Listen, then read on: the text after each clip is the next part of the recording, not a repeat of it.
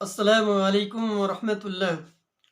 الحمدللہ والصلاة والسلام علی رسول الکریم، اما بعد، اعوذ باللہ من الشیطان الرجیم، بسم اللہ الرحمن الرحیم۔ اولم یر الذین کفروا ان السماوات والارض کانتا رتقا ففتقناہما۔ معزز سامعین کرام، محترم ساتھیوں اور بزرگ،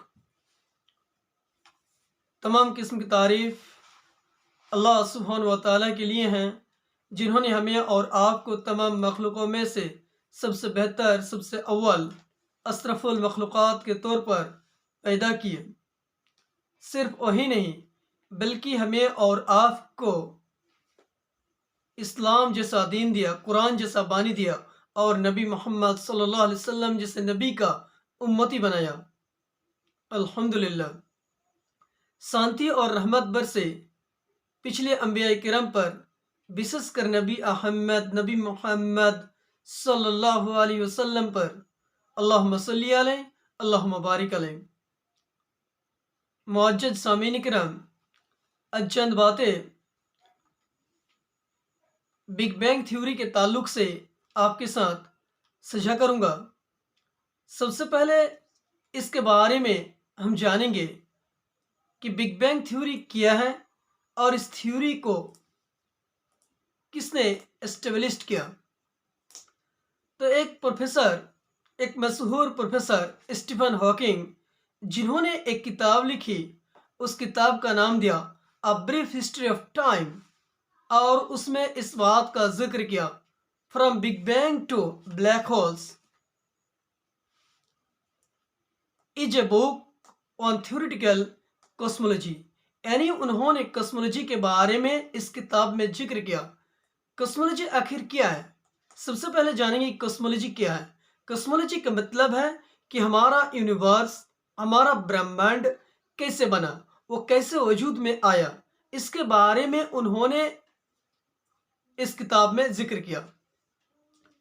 تو سب سے پہلے انہوں نے سن 1929 کو، یعنی 1929 کو، اس بات کا ذکر کیا کہ سب سے پہلے، ارتھات تقریباً 13.8 ارب سال پہلے، آسمان، زمین، سورج، چاند، جتنے بھی ہم آکاشیہ پنڈ کو دیکھتے ہیں، جتنے بھی ہم بھوتک تتو کو دیکھتے ہیں، جتنے بھی ارجا ہمارے پاس موجود ہے، سب ایک دوسرے کے ساتھ سٹا ہوا تھا، ایک دوسرے کے ساتھ ملا ہوا تھا، لیکن وہ دھیرے دھیرے پھیلتا گیا اور آسمان اور زمین، سورج، چاند، نکھتر، تارے سب الگ ہوتا گیا۔ ذرا اس بات کا تصور کریں کہ ہمارے آکاشیہ پنڈ کے بارے میں انہوں نے اس بات کا ذکر کیا، اور انہوں نے سور پریوار کا ذکر کیا کہ سور پریوار کے مکھیا سورج ہے اور اس میں 8 گرہ ہیں، اور آکاشیہ پنڈ ان سارے پنڈوں کو کہا جاتا ہے جو آکاش میں موجود ہے، جیسے سورج، چاند، نکھتر، تارے، ان سارے وستوؤں کو، سارے پنڈوں کو آکاشیہ پنڈ کہا جاتا ہے۔ لیکن آج جس بات کا ذکر کیا جا رہا ہے، آج جس کے بارے میں سائنس اور پروفیسر اور سائنٹسٹ تسلیم کرتی ہے، اس کے بارے میں قرآن مجید میں تقریباً 1450 سال پہلے اس کا ذکر کیا جا چکا ہے۔ اللہ سبحانہ و تعالیٰ اعلان کرتے ہیں اور کہتے ہیں، سورہ انبیاء سورہ نمبر 21 آیت نمبر 30 میں، اولم یر الذین کفروا ان السماوات والارض کانتا رتقا ففتقناہما۔